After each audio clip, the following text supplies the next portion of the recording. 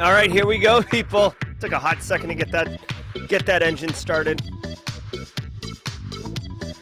All right, good morning. Today is Wednesday, March 15th. Gonna go around the world in a minute. Pretty pumped. Favorite day of the week.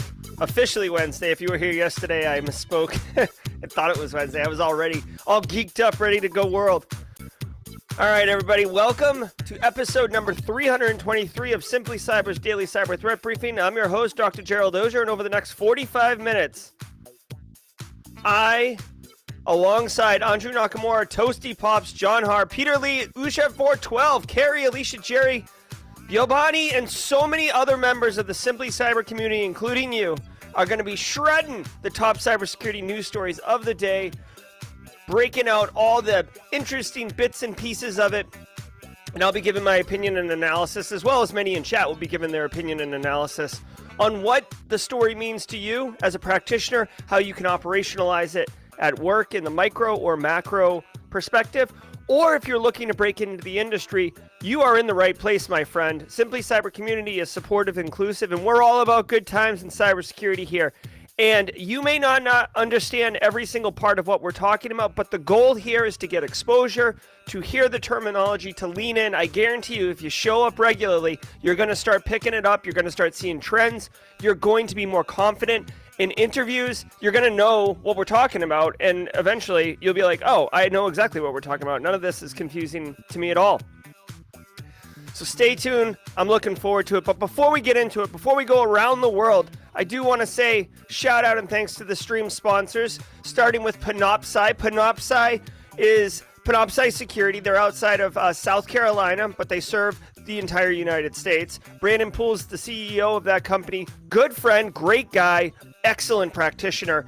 And the service that he specifically wants me to share with you is Panoptcy's Quantified risk assessment methodology, which uses evidence-based information, statistics, experience to the organization, to the threat modeling, to help assess what the actual quantifiable risk is to your organization for certain types of risks, and then understand how much risk reduction from a percentage perspective you would get by certain investments, right? CFO loves it, bean counters love it. Basically, you say, oh, we could invest another $12,000 into this particular technology, would actually increase our overall cyber risk reduction by 44%. Massive gains, right? Low-hanging fruit. That's what we're talking about. It takes a little bit more work than qualified risk assessment, which is why they both exist. But Panoptcy, if you're interested in helping your organization understand where to focus your energy, effort, and resources to improve your cyber program, call Panoptcy. Links in the description below. Also want to tell you guys a little bit about XM Cyber. You may know about them. They are a new sponsor of the stream. So let's talk about them for a second. Guys, everybody's organization, including yours, has misconfigurations because Carl, vulnerabilities because they come out all the time, mismanaged credentials because it's easier to drive around in your domain admin, other exposures across your hybrid network. You've got on-prem, you've got cloud, you've just got like a spaghetti, incident going on up in your organization, right? And you can't see how all these weaknesses come together. You can see them individually, but you can't see them together, right? Well, XM Cyber introduces a new way to address your hybrid exposures, cloud and on-prem. So instead of looking at all the issues in silos and, guys, visibility is not the problem, right? We can see the problem. XM Cyber combines all these things into an attack graph so you get a nice visual representation and allows you to proactively uncover hidden attack paths, security control gaps across your infrastructure, and you can pinpoint and prioritize the issues that actually put your organization at risk and, address them. Visit xmcyber.com. There's a link in the description below associated with them, and click the link in the description and to go get a demo, to look at the product, to see what exposure management platform can look like. Also want to say shout out and love to Barricade Cyber Solutions, but more about them at the mid-roll. Now, it is Worldwide Wednesday. Before I get into it, I want to remind everybody, half a CPE, so say what's up in chat because the show is greater than 30 minutes, less than an hour. If you're team live, I love it. 112 of you this morning. I hope more of you pile in here because we are going to be going around the world. Say hashtag Team Replay in chat. If you're watching on replay, I do go through the comments as Team Replay folks know. I engage with you in the comments. You might not be here live, but it's important to me that you feel that you are an equal part of the Simply Cyber community. So thank you for catching on replay. Hashtag Team Hybrid if you're watching on double speed to get caught up to us in real time.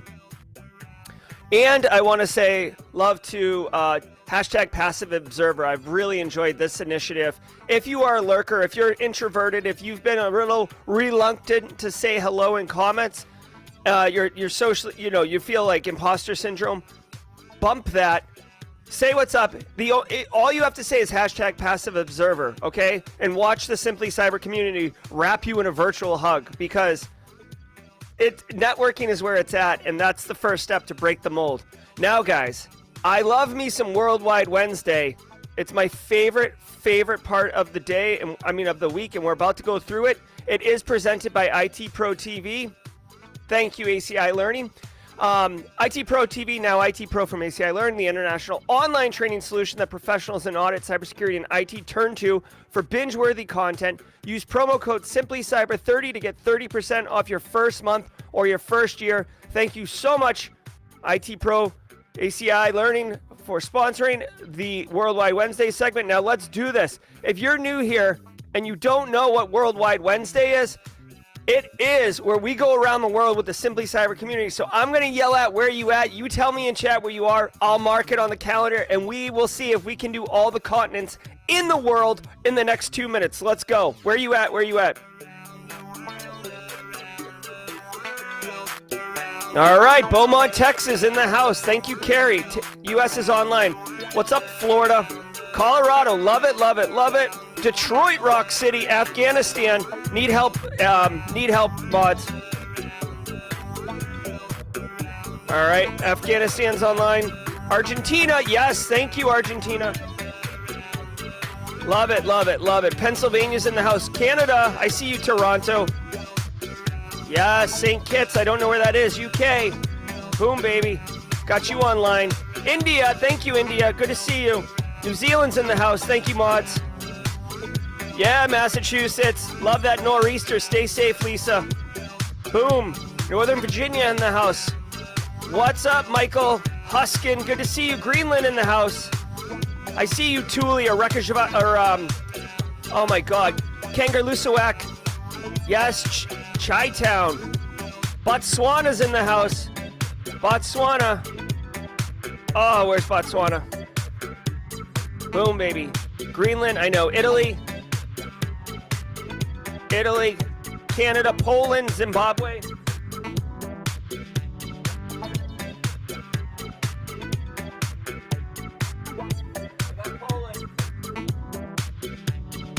Zimbabwe's in the house. Kenya. Dang, we got some serious African representation up in here. North Pole, stop it, Jojo. Zambia, hold on 1 second. All right, guys, let me hold on. We gotta count the receipts here. Jesus, you guys came correct today, huh? Woo! Zambia. All right, Zambia's online. Aussie's up in here. I see you. Oi, oi, oi. Flat Rock, Illinois. Come on, Ken Pryor. Where you at? Saw Australia. Ukraine's in the house. Be safe, Ukraine. South Korea. Dang, son. Poland, we got that. Zimbabwe, we got that. Afghanistan, Ukraine. Nice. All right, so let's take a look. Guys, woo! Pakistan's in the house. I see you, Pakistan. Dang, son. Love it, guys. We straight crushed it. Boom, roasted. Dude, way to go. Hey, Argentina, thanks for coming in strong. Thanks for coming in strong and representing the entire South America. Puerto Rico's in the house. I can't really get to Puerto Rico. Come on, Puerto Rico. Puerto Rico. There we go, little Puerto Rico. All right, good job, everybody. Good job. Germany's in the house. The one thing I would say, whoever said Greenland, let me know where you are in Greenland. I do know that Greenland does have places like Thule and Kangerlussuaq, because I almost traveled there.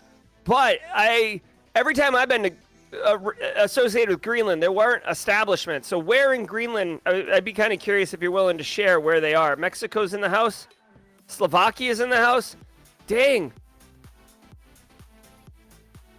I'll have to Google where Slovakia is. I think I just ran over it. Serbia, Bosnia, Slovakia, Slovenia. Oh, I'm sorry, Slovakia. I marked you as Slovenia.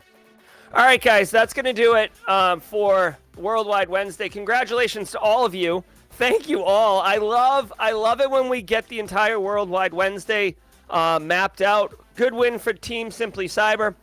Now, as a treat, if you would consider this a delight, I do. We are going to jump into the top cyber news stories of the day. So sit back, relax, grab your favorite cup of liquid. I'll be pounding this cup of French roast coffee in my oversized cup that I got for speaking to the 36th Bomb Squadron Electronic Warfare squad out of Pensacola. My man. All right, guys, thank you. I know. All right, so mods are getting upset. They want the map automated. I agree. If it can be done, let's do it. But sit back, relax, and let's let the top cyber news of the week or the day wash over you. It's a mouthful. It's Wednesday, March 15th, 2023. Microsoft warns of large-scale use of phishing kits to send millions of emails daily.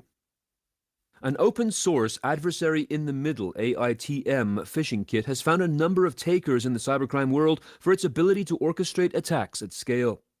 Microsoft Threat Intelligence is tracking the threat actor behind the development of the kit under its emerging moniker Dev 1101. An AITM phishing attack typically involves a threat actor attempting to steal and intercept a target's password and session cookies by deploying a proxy server between the user and the website. Such attacks are more effective owing to their ability to circumvent multi-factor authentication protections. Dev 1101 is said to be the party behind several phishing kits that can be purchased or rented by other criminal actors, thereby reducing the effort and resources required to launch a phishing campaign. All right. A lot to unpack here, okay, guys? A lot to unpack here. Plus, we got a graphic. I do love a good process flow. I'm not going to lie, okay? So before we get into the process flow, let's talk about this at what's it mean to you at a high level. First of all, as a practitioner, there is a large-scale phishing campaign going on right now. And if you're in an O365 shop, which many of us are, you need to be mindful of this. Look at this. Look at this. Look, hold on. Where's my captain? Look at me. Sure.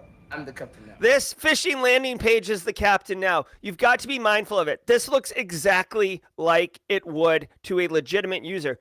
The fish could change a million times, right? Oh, hey, your account's been compromised. Oh, hey, your email's about to be deleted. Oh, hey, we saw a funny purchase on your account. Whatever it is. Hey, CFO, your InfoSec team wants you to watch a stream video. Click here. Whatever it is, this looks exactly what end users are expecting to see. So it's very obvious that they are going to, a larger percentage will fall for it. Okay. First thing.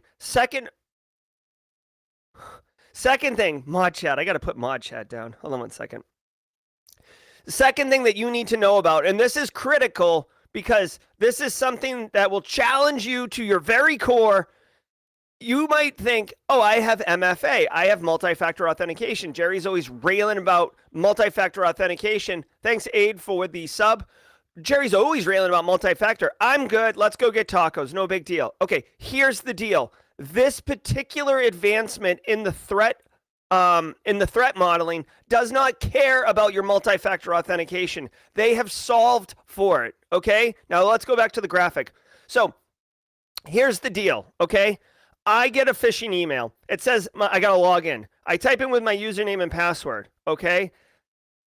Now, if this was your father's phishing landing page, it would just refresh to the landing page again, and you'd think like, oh, that's weird. Maybe I typed in my password wrong. You type it in again, it reloads to the landing page, or maybe it directs you to the legitimate page where you log in. Okay. Now the threat actor gets your username and password, and they're high-fiving all around, but they don't have your 6-digit rotating token, so they can't get into your account. But wait, what they've done now is they have actually put another layer in between that landing page and the official Office 365. So this is, I want to talk about the political correctness of the term, but this is what we used to call a man-in-the-middle attack. I believe maybe because of political correctness, they've updated the term to adversary in the middle. That's what I would suspect. But it's your classic man in the middle. Now we call it adversarial in the middle attack. So who's going to be my victim? Kimberly can fix it. Kimberly falls for my devious fish. Look at me, Muttley, as I twist my mustache. Kimberly can fix it at Outlook, and then her password, which is, chocolate chip cookies, 1, 2, 3. Okay, then what I do is I have the infrastructure built. I immediately grab her username and password, and I use probably an API to push it directly to Microsoft Office, where I attempt to log in. Now it's going to push me and say, all right, give me your 6-digit PIN, Jerry. I turn around and say, hey, Kimberly, I'm still Microsoft. Give me your 6-digit PIN. And she's like, con mucho gusto, Jerry. That's for my Argentinian friends and Mexican friends, right? Like, con mucho gusto. Okay, so she puts in her 6-digit PIN. I immediately turn around and give the 6-digit PIN to Microsoft. Microsoft now authenticates me as the threat actor, and I'm in. Okay, Kimberly, I don't know what we deliver to Kimberly at this point. Let's look at the process flow. So Kimberly does that. The MFA comes back. She puts the MFA through. So we're on step 7. Website returns a cookie, which I steal. And then phishing site redirects the user to another page. So at this point, Kimberly is either going to get pushed in.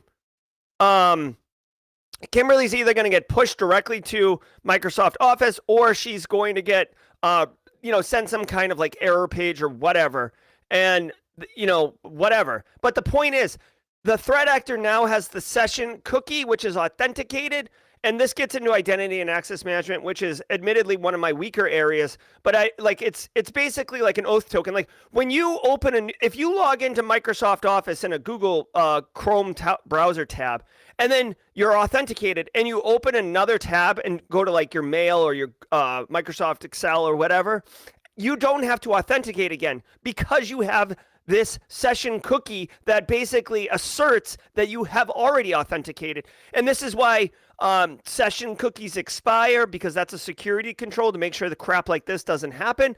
But all that is to say is that's what the threat actor wants, because once they have that session cookie, they can go all over the place, all up in your business, and you don't need to log in again. Okay, so, and by the way, they still have your username and password, right? So that's compromised as well. So get on that. All right. That's what I want to say with. So anyways, TLDR. Advise your users that this attack is out there, and make them mindful that multi-factor authentication isn't going to save them. Also, you may want to add conditional access. So conditional access controls, Microsoft has a very easy interface for doing this if you're an admin, where you say like, all right, if everybody lives in Beaumont, Texas, then nobody should be logging in from outside of the state of Texas, right? So if somebody's logging in from Cambodia, probably a problem, don't allow it, right? So you can do conditional access based on geofencing, based on time of day, based on role, impossible travel, right? So they log in from Texas and Cambodia like 20 minutes apart. Can't do those things. It's a little bit more refined of a security control, but as you mature your program, you should consider these type of things, right? Yeah, YubiKeys, hardware tokens, you're going to love that. I actually saw Apple has just started supporting hardware keys, FYI, because, in my spare time, I read cybersecurity news. Ransomware group claims hack of Amazon's Ring. The ransomware group ALPHV, ALPHV, whose malware is known as Black Cat, is claiming responsibility for breaching the massively popular security camera company Ring, owned by Amazon. The ransomware gang is threatening to release Ring's data. Ring has told Motherboard it does not have evidence of a breach of its own systems, but said a third-party vendor has been hit with ransomware. Motherboard has verified that a listing naming Ring is currently on ALPHV's data dump site. CISA. All right, so we'll see what this is. Guys, I feel like, it's a little hyperbolic for me to call it this early, but 2023 definitely seems like the third-party risk management breach year, doesn't it? And I know people in the industry, not me, have poo-pooed third-party risk as not a real risk. But guys, AT&T got hit. That might be in the news. We didn't cover it in the Simply Cyber Daily Cyber Threat Briefing, but I use AT&T, so I know. I read a story last night. AT&T got popped through a third party. T-Mobile a couple weeks ago popped through a third party. It sounds like Amazon Ring popped through a third party. So this is just a little bit of posturing. Obviously, Alfie is a legit Tier 1 ransomware threat actor. They're also known as Black Cat because that's their ransomware payload. Every time these guys show up, it's the same thing. As far as I know, they're Eastern European descent. They were dark side. Then they did Colonial Pipeline and they exploded. And then they became Black Matter, and then Black Cat. And now Alfie and Black Cat are kind of used synonymous. They're Tier 1. If they say they got Rings data, they got Rings data, okay? They're not clowns, okay? With all due respect, they're not punks. These are professional criminals operating a professional criminal business. Now, if Amazon and Ring is saying that they haven't seen any evidence of that, that is possible that Alfie got a third party that was representing marketing or something for Amazon Ring, and Amazon Ring isn't seeing it as sensitive information. Obviously, when you see this, the immediate thought is your video recordings, right? And that's probably what most people's major concern is. Obviously, username and password for logging into the Ring app would be also sensitive. But the video, right? If you have Ring cameras in your home, you got to be careful if you got the Ring cameras in your home. But that's the major data type that people would be concerned of. And if Amazon is like kind of flexing, like we're not really seeing it as a big deal, then they probably are not. They're probably not concerned that it's an issue, right? The company says they're aware of a third-party vendor, so Ring knows or Amazon knows what kind of data sets that third-party vendor would have, assuming it's from the same breach. And they've done a risk calculation. Trust me, there's a lot of, $3,000 suits sitting around in a room that smells of fine wood and leather-bound books, doing an assessment on whether or not this is something they need to worry about, and apparently it's not. So stay tuned. This is obviously a major story from, because Amazon's a Fortune 3 company. So, oh boy. Okay, so Charles is saying he's got a Blink that's from Amazon. It comes open network from the manufacturer. Don't get me started on that, man. I lose my mind about insecure by default. Jamila asked about what security controls be used in third-party risk management. Ask me that during the jaw-jacking segment at the end of the show, and I'd be happy to answer that, okay? So anyway, stay tuned on this one. Alfie, Tier 1, this isn't going anywhere. We'll find out what the data is pretty soon because they're going to start leaking it, I guarantee you, in order to push the victim into pain. Creates new ransomware vulnerability warning program. CISA has announced the creation of a new Ransomware Vulnerability Warning Pilot Program, RVWP. Stemming from the Cyber Incident Reporting for Critical Infrastructure Act of 2022 and coordinated by the Joint Ransomware Task Force, the RVWP will see CISA assess flaws commonly associated with known ransomware exploitation. After finding these vulnerabilities, the agency will warn critical infrastructure entities with the goal of enabling mitigation before a ransomware incident.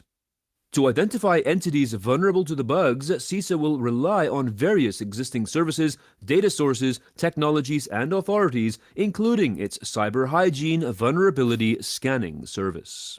Yeah. Cyber. Okay. I see you, Jen Easterly. Guys, I'm going to have to, go to a conference that Jen Easterly's at and, accidentally, in major air quotes, accidentally bump into her. I love what CIS is doing. CIS, it's like we should have a segment on the show every day for something great CIS has done, because Every day, man. Yesterday they announced the partnership with Wixis. 3 days ago Friday they announced that they were going to be doing or that vendors need to start patching their crap, right? 6 days ago, they, joint announcement with the White House about the cybersecurity strategy. CISA doesn't stop. They're like a Terminator. They don't sleep. They don't bargain. They don't wait. They just go. I love it. I love it. I love it. I love it. I'm a CISA evangelist. I love it, love it, love it. Where's my NIST button? I might have to watch out, NIST. Watch out, NIST. You're on the hot seat. CISA might push you. CISA might push you. That's right, Internal Stranger. We might need a CISA emote, like on the quickness. Okay, so check it out. What are they doing here that actually matters? CISA's created a ransomware vulnerability warning program. And basically what they're doing is CISA is taking no one asked for it, but they're like basically vigilante superheroes, okay? So CISA, and stay with me on this analogy, but this is what I'm taking from just this story and riding low on the hip on a train bound for glory. CISA is putting on a superhero uniform, including like the bandana that goes around your eyes with the holes cut out, like a Ninja Turtle, okay? And CISA's like, all right, let's go. And then they're proactively scanning as if they were a threat actor, looking for vulnerable services, misconfiguration. Like literally, it's like free pen testing, essentially. That's what they're doing. And by the way, like everyone, with all due respect, we can all do this, right? We can all use Shodan. We can all look. Here's the deal. A lot of businesses, they might have unmanaged infrastructure, aka shadow IT. You could have Carl's standing crap up or misconfiguring it or not understanding how to properly configure it. You could have MSPs that have a footprint and not enough person power to manage it. Whatever it is, crap happens. The fact that they notified 93 people who are still running Microsoft Exchange that's not patched to proxy, not shell, is bananas. Bananas that's still there, okay? So what they're doing is they got their Ninja Turtle outfit on, and they're like, and they're basically walking around the neighborhood shaking all the doorknobs, and anytime the doorknob turns all the way and they open the door, they basically open the door a crack, and they're like, your system's vulnerable, and then they close the door, and then they go to the next house, and they the door doesn't open, they're like, they don't even say anything, just thumbs up, and then the next door they open it up, they're like, proxy not shells in here, and then they close it, right? So they are doing a community service, frankly, where they're letting organizations that are super vulnerable to like wicked easy exploitation and compromise, letting them know that is the case. I would have to imagine that CISA is also offering some type of remediation strategy, like here's how you get off of this, or here, enabling mitigation before ransomware incident. They're definitely letting them know how to help themselves, right? So yeah, good on you. Good on you. I love it. And I'll tell you this, just as an aside, I tried this one time, okay? Just one time. I was on Shodan. I was bored. It was like my family was out of town or something. This is what I do for fun, okay? Which is ridiculous when I say it out loud. I'm like cruising on Shodan, and I found a really gross server in the upstate of South Carolina, okay? Like wicked gross. And it was like a 5-person accounting company or whatever. So I looked them up, found that they had like basically one like IT person working at their little company, right? So it was like five accountants, like an IT guy, and like 2, operations people. And I emailed them. And I was like, hey, I'm this InfoSec professional. Like, you got this wicked gross server. Here's how I found it. Here's what I would do about it. And I felt good about myself, right? I poured a beer that night, and I was like, you know what? I'm doing good work. No one asked me to do it, but I'm doing it. And then they never replied, and I sent them a follow-up message, and then they never replied. And then I got the sneaky feeling that they were probably like reporting me to the FBI as like trying to extort them. And I was like, I'm not going to do this anymore. Like, this is like a bad idea. Like, because I wanted to help, but So anyways, some people, they just don't want it, or they don't care. There's no money in it, or they're just going to ride dirty and hope for the best. So if SIS is doing it, if the federal government's knocking on your door and screaming you're vulnerable through the crack in the door, maybe you'll listen. Maybe not so much with Jerry. Criminals exploit SVB collapse to steal money and data. Threat actors are already registering suspicious domains, conducting phishing pages, and gearing up for business email compromise attacks following the collapse of Silicon Valley Bank. Security researcher Johan Ulrich warned that scammers might attempt to contact former clients of SVB to offer them a support package, legal services, loans, or other fake services relating to the bank's collapse. Yep. In addition to the domains, many of which are registered with SVB in the name, Ulrich describes an attack already seen in the wild from BEC threat actors impersonating SVB customers, telling other customers that they need payments sent to a new bank account after the bank's collapse. Those bank accounts, of course, belonging to the threat actors. Other scams include informing SVB customers that the bank is distributing USDC, a digital stablecoin, as part of a payback program. Medical device. Okay, guys. If you're a regular, by the way, Johan Ulrich, isn't he do the Sandstormcast? I think he does. This. You want to talk about a treasure to the cybersecurity community? I'm like 99% sure Johan Ulrich is the guy who does it. This guy tirelessly puts out the Sands Internet Stormcast, and it's always good. The reason I don't use it for this program is because his podcast is typically very technical and really in the weeds and stuff, and it doesn't facilitate the kind of briefing that I want to give. But just know, if you are more into the tech stuff, or you want to get more exposure to the tech stuff, the Sands Internet Stormcast is dope. When I was an architect, I would that's what I would listen to. Okay. And now that I'm more of a stuffed suit, talking to the business, I do the SIS series, cybersecurity headlines. But anyways, Sandstormcast, get some of that. Now, guys, here we go. Like, I swear to you guys, I'm always genuine, and I'm always trying to direct you in the right way. I said this, I think yesterday or Monday, but I think yesterday.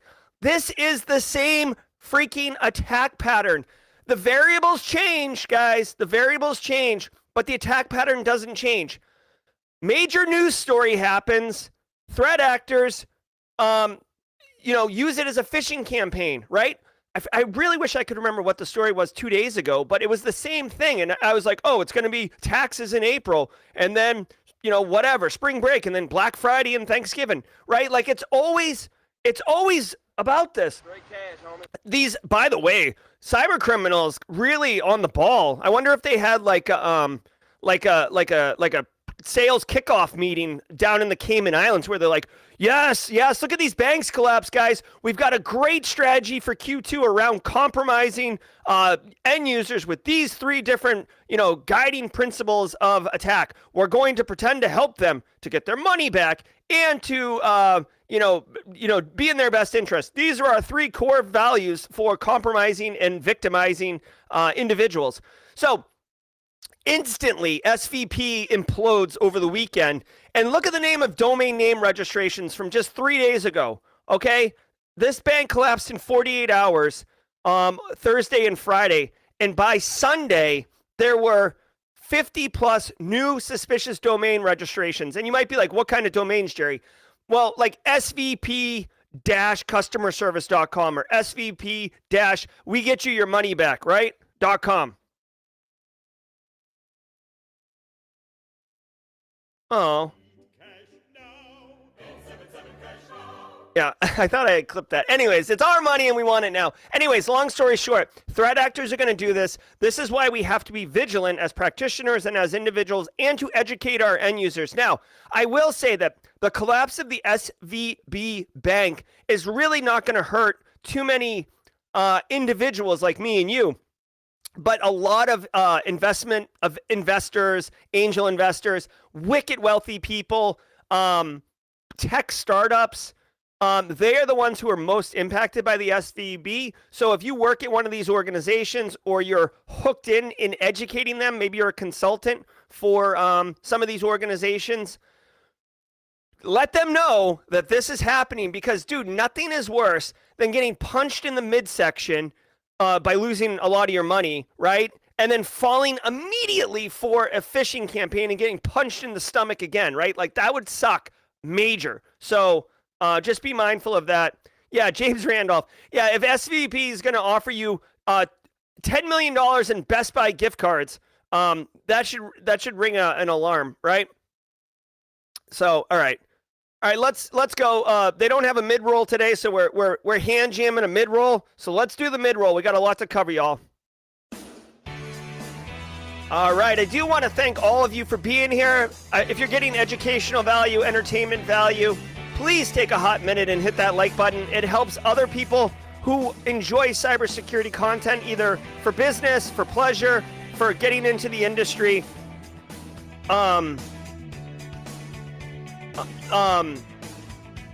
Please hit the like button. It helps others do that. Now, I want to say thank you to the stream sponsors, XM Cyber, Panoptcy Security, and Barricade Cyber Solutions. Now, I didn't have a chance to tell you about Barricade Cyber Solutions yet because I bumped them to the mid-roll, but allow me to tell you about them. Barricade Cyber Solutions is Eric Taylor's group, and they're dedicated to helping businesses from cyber attacks and recover from the damage done. Cyber attacks can cause massive issues for businesses and send dedicated, hardworking business owners into turmoil. But guess what, y'all? Eric Taylor, he's like Superman. Him and Barricade Cyber Solutions can swoop in and help you mitigate the damage done by cyber incidents. Check them out at barricadecyber.com. Links in the description below. If you want to have a conversation with the man himself about how they can help your business not experience catastrophic impact, go to Barricade Cyber. Links in the description below. Scroll down, get on his calendar, have a conversation with him. He's a very good individual, and he's very good at what he does. Guys, if you want to get on the email thread, right now I send an email every Monday that adds lots of value. A lot of people in chat will tell you that. If you want to take it to the next level, we're going to start another weekly email with industry-specific threat intelligence, okay? It's sick. I've been working with an individual in the community to help set this up, and I'm very, very excited. So you don't want to miss the first of many of these threat intel briefings. So go to simplycyber.io/newsletter and get on it. !newsletter to be given the URL. You're going to love it. I'm telling you guys, I wouldn't send you emails unless it had value, and we're taking the value train to the next level. Simply Cyber Community Challenge. James McQuiggan with the with the gifted subs. Thanks, James. Thanks, James. Guys, grab up those subs. Emmanuel O, Angie, very cool. David B, take advantage of those emotes. Guys, Simply Cyber Community Challenge is a community-driven initiative. Every single day on the live stream, one person is tagged, and they tag the next person who has to take on the challenge of going to LinkedIn, posting their story about cybersecurity, and using the hashtag Simply Cyber Community Challenge. Go out, find whoever posted it, and connect with them. Comment in the chats. Then connect with everybody else in the chat in the comments, okay? This is how you will build your network. Long after Simply Cyber is, after you, whatever, it will be your network. You can grow this and help yourself. Networking is so vitally important to your career. Please take advantage of this opportunity. Eric Taylor is in chat. Casually Joseph will be representing him. Casually Joseph, please tag somebody for Eric Taylor. Base Case, it was the Team Replay member. I'm going to see where Team Replay. If you're on Team Replay and you're watching this, go onto the Simply Cyber Discord server and go to the Simply Cyber Community Challenge tag and drop your name in there and let us know. Casually Joseph, representing Eric Taylor, says he's going to nominate Joel Belton. All right, Joel Belton, get in here.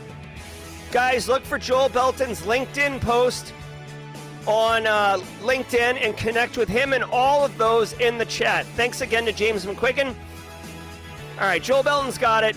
Base Case, I will keep an eye out for you on the Team Replay. Go to the Discord server. That's how you got to connect on those things, okay?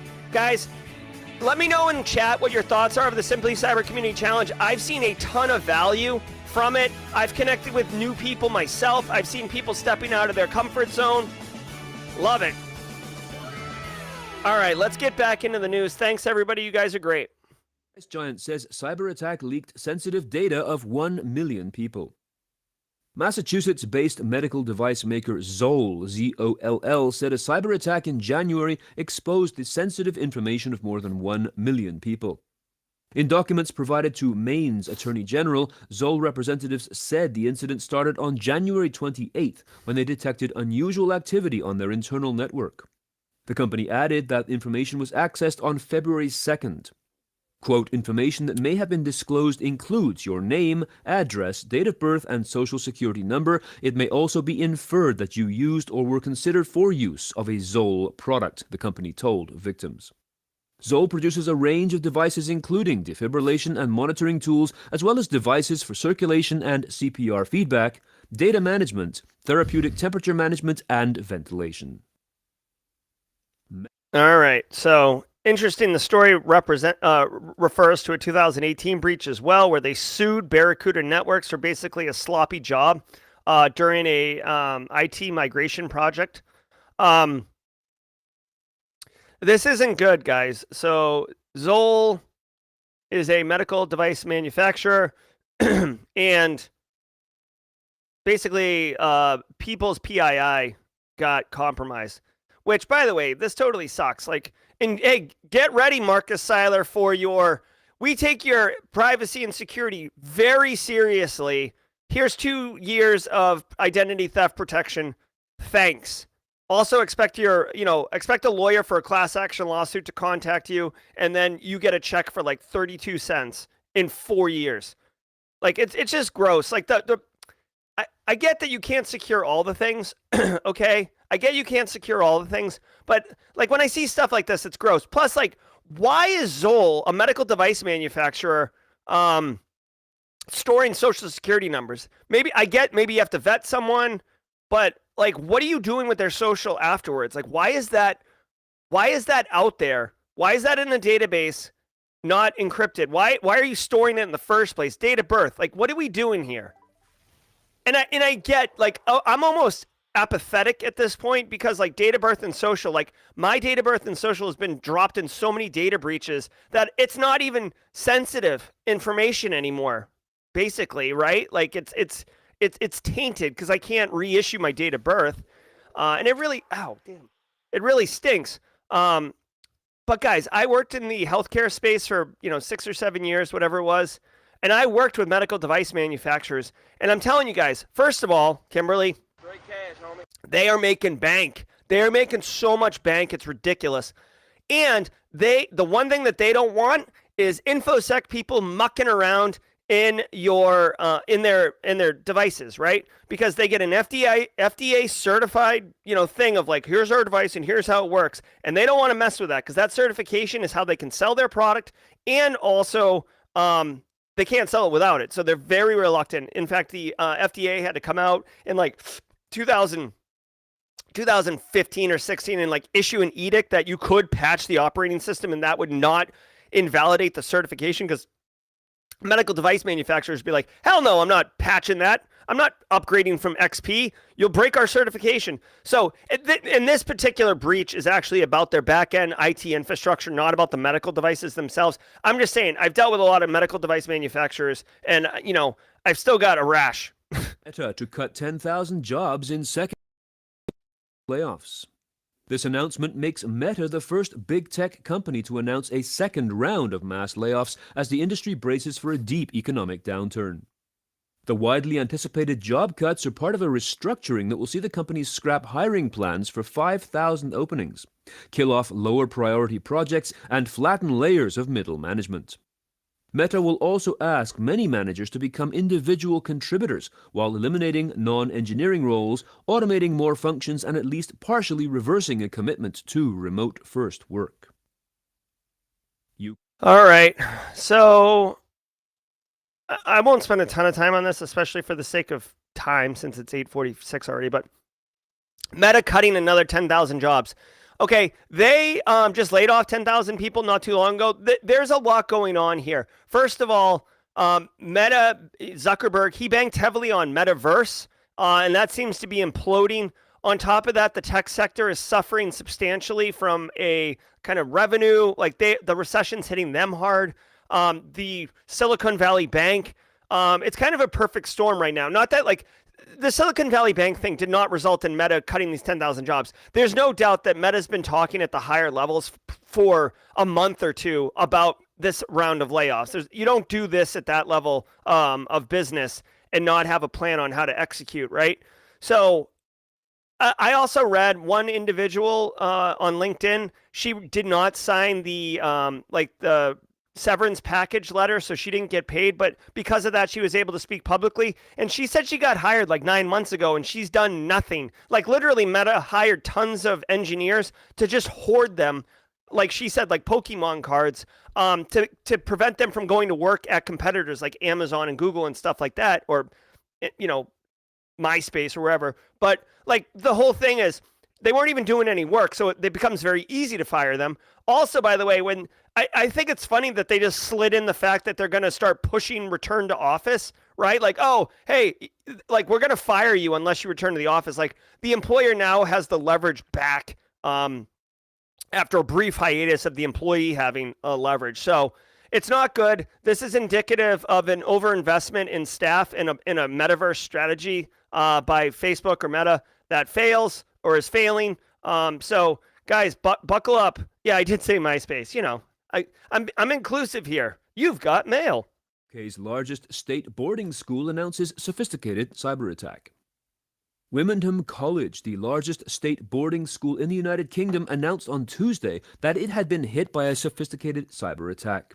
The school, which has just over 1,200 students aged 11 through 18, did not explain the nature of the attack, but it is the latest educational establishment in the country to face disruption as a result of a cyber attack and follows repeated warnings from British cyber authorities about an increase in ransomware attacks against schools. A spokesperson stated, quote, "We are not aware of any data breach. A number of the college's systems have been impacted, including access to some files and resources," end quote. No ransom demand has yet been made. Yep. And now, so again, Casually Joseph can comment on this. This school's got hit. There's no ransom demand yet, but it's possible that the threat actors don't even know that they've owned this particular victim organization yet, right? A lot of times, ransomware operations, while we'd like to think it's as simple as like a devious master plot from a James Bond movie, a lot of time these threat actors are firing things off. There's victims all over the place. And, these things have to report in, and then they, maybe they got hammered over the weekend and they're basically, oh, it's going to take me a few days to get back to the work. I'm a little bit under the gin flu here, right? So it's possible. And, I don't know. Maybe they want to do their due diligence and figure out how wealthy this boarding school is so they can ask for the most value ransom possible without offending the victim and telling them to piss off, or to not go under and ask for $100,000 from a multi-billion-dollar organization, right? You don't want to miss that opportunity. I do find it interesting that this story is in the UK, and we just read the other day that the UK has stood up, if I'm not mistaken, like a cyber command MI5 thing. Didn't they just do that? Wasn't there a story? Yeah, 2 days ago, right? MI5 to oversee new National Protective Security Authority. And I think, again, these things don't happen overnight. So I think that this right here is, it's in a direct response and need to an increase in activity of stories like this, right? So UK is getting peppered over there, and they're doing things to try to fix it. So anyways, ransomware is going to ransom. UK boarding school screwed. I'm sure the kids who go to school there are like, yeah, we rule. Long weekend, spring break. I'm going to Cancun or wherever UK students go. I assume that they're very similar to US students. Of course, I don't even know if Cancun's where you go anymore. Like, I never went on spring break. I went and worked. Your Patch Tuesday update. Yesterday, Microsoft announced its March 2023 Patch Tuesday updates, which fixed 2 actively exploited zero-day vulnerabilities and a total of 83 flaws. 9 vulnerabilities have been classified as critical for allowing remote code execution, denial of service, or elevation of privileges attacks. This count does not include 21 Microsoft Edge vulnerabilities fixed on Monday. The 2 actively exploited zero-day vulnerabilities fixed in yesterday's updates are CVE 2023-23397, which is Microsoft Outlook Elevation of Privilege vulnerability, and 24880, which is a Windows Smart Screen Security Feature Bypass vulnerability. Other vendors who released updates in March 2023 include Apple for GarageBand, Cisco for multiple products, Google for Android, Chrome OS, and Google Chrome, Fortinet for the FortiOS vulnerability, SAP, and VM. Damn. If you're still wrapping your... That's a lot to cover. Jeez. I mean, I know Valentine's Day is just past us, but, I mean, you guys want to talk about whispering sweet nothings in the person who you love's ear. Nothing quite hits like, oh, my darling dear, CVE 2023-23397 Microsoft Outlook Elevation of Privilege Vulnerability. Be my Valentine, right? Really rolls off the tongue there. Okay, so guys, basically round up on patches. Every month, Microsoft launches Patch Tuesday. If you've worked in the industry for more than a cup of coffee, you know full right well what it is. Basically, patch your stuff. It's very easy to do this. They mention all sorts of different products. So remember, it's your whole stack, right? So it's your operating systems. It's your middleware, potentially your firmware, supporting apps, GarageBand on your Mac, right? So I know the CEO doesn't use GarageBand, but guess what? It's installed on his computer because he's she is the one person at the organization that's like, I'm a Mac person and I'm going to use Mac, even though we're a Windows shop. Make my Mac work, BSEC. And you're like, oh my God, okay, like this guy. So, but you've got to maintain that software, right? So just remember that hardware, network devices, firmware, all of it is in scope, okay? Final thing I'll say, because I always mention this, just remember when you do a vulnerability management program and you're patching, and this is good for interviews, make sure that you're patching kind of in like when you throw a rock in a pond and it has the ripples, the concentric circle ripples, you want to patch a couple machines right in the, like that you have direct control over, and make sure that they don't break anything. Then the IT team, then champions that are in the different business units, like sales guy, a marketing woman, whatever, right? And then once all they're approved, then push it to the whole organization. Do not push it to the whole organization unless you like working on weekends. I promise you, okay? Third thing I'll say about that, guys, when you have a Windows fleet of systems, it's very easy to patch the 80% of end user workstations. It's the other 20% of like lab machines and other crap that you don't know about that you got to make sure that you patch. So make sure you're doing like Shodan monitor, external network monitoring, attack surface management, visibility, unstructured, infrastructure, seeing all the shadow IT, all of that stuff. That's where you make your money, guys. Patching the 80% of machines that everybody knows about, anyone can do that, right? It's the 20% is where you're going to get popped, okay? So be mindful of that. All right, we got a couple minutes of jaw-jacking. Holla, holla, holla. I want to let everybody know a couple things. Let's do this. Guys, I want to just tell everybody really quickly because it is 8:57. In 3 minutes, we've got a premiere going on. I hope you can jump over there with me and watch the premiere. This is a new produced video that I made in collaboration with Aaron KG. I'm super pumped about it. I've been doing these new videos, and it's been really well received by the community. A lot of people have said some very nice things about how helpful it's been for them, which is really my goal at the end of the day, is to help people, and I'm loving it. Plus, like, it's really well edited. I've got an editing team helping me, so they make it really cool, well beyond anything that I could do. So definitely giddy up on that. Want to remind you that later today at 11:30 a.m. I'll be playing Threat Gen Red versus Blue. This is going to be a ChatGPT. Shall we play A ChatGPT. Clint Bo Dungeon's got this thing set up to be a full red team operator, so we're going to let it go. Thank you, Charles. I appreciate that. And then tomorrow, join us as Mary Galloway. This woman is awesome, okay? Cyber nonprofit exec. She's very much involved with Cyber Jitsu. She is, we're going to be talking about top cybersecurity events for professional growth. The Wicked 6 event coming up. US Cyber Games, Play Cyber. Like, there's a million things that you guys may not know about that Mary's going to come on and drop knowledge bombs on you. We're going to have a good time. That's tomorrow at 4:30 p.m., excuse me. Just go to Simply Cyber and subscribe and hit the bell for notifications. I'm not normally that guy about hit the bell, but like basically I've got a lot of stuff going on the channel, and this is how you find out about it. I'm sorry we don't have time for jaw-jacking, Jamil. I know you had asked about third-party risk management. All I'll say is you got to use contracts. You got to do questionnaires, which don't really do much. You could scan the internal infrastructure. Make sure that you don't push any sensitive data to that third-party risk management that they don't need that in order to achieve their goal. Do regular audits of them and make sure that in the contract you have some way to remove your data from that organization once you terminate the relationship. All right, guys, let's end the show. Go over. YouTube should push you automatically over to this video when I terminate this stream, but if not, go over there. Thank you all so much. I hope to see you over there. What a busy Wednesday, y'all. Thank you very much, and until next time, stay secure.